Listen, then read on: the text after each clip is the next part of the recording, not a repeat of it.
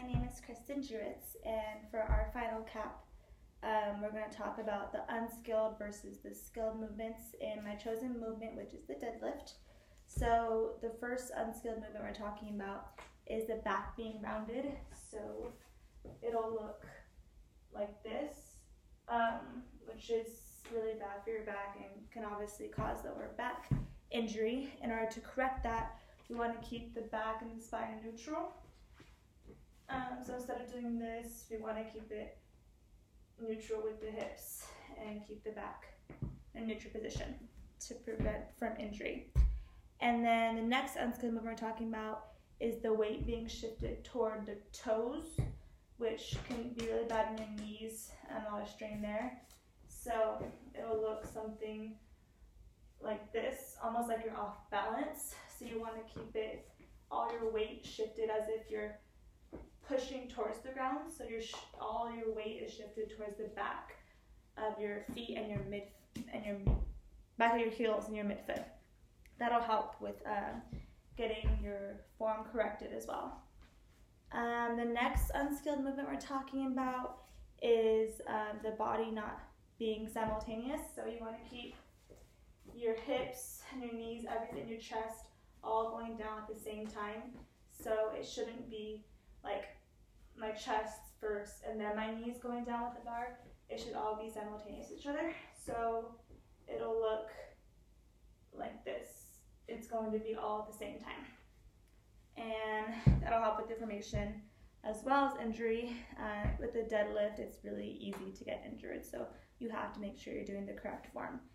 The next, and that one's kind of hard to tell because most people will look up when they're doing a deadlift, which is going to affect their form as well. So you want to make sure either somebody's watching you and correct your form, or you're recording yourself like I'm doing now.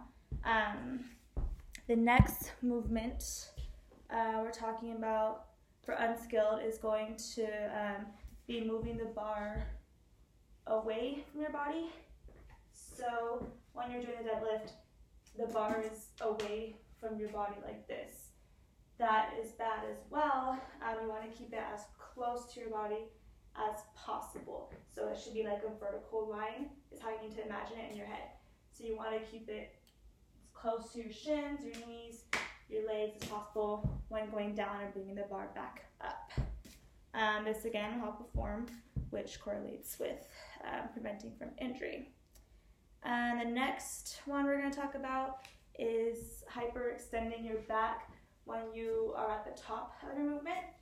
So in deadlift, you go down and then you're going to bring the bar back up, and you want to make sure most people do this, or a lot of people will do this, try to squeeze the glutes or any other muscles, but you want to make sure you're squeezing it by keeping your back straight and not overdoing it, or keep not putting their lower trunk out a lot either, because that'll cause injury as well.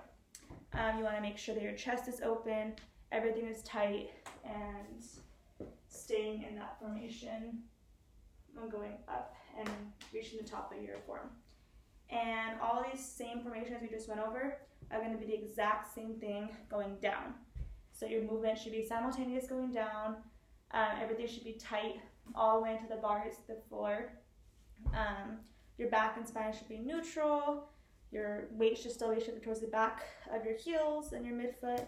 All the same goes for going down as it was going up.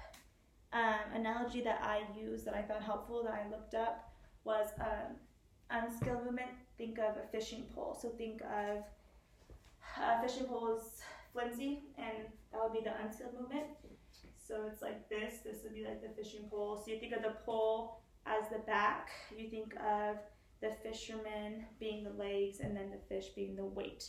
So in that case, this would be the fish, which is the weight, and then my back would be the fishing pole. And it's very flimsy and very weak, and that's very poor form.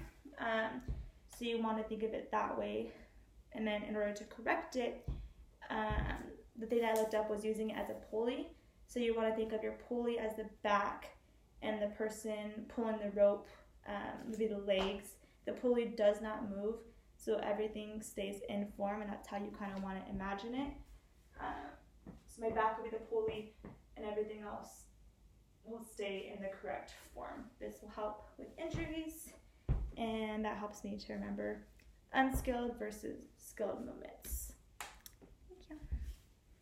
It's my baby Luna.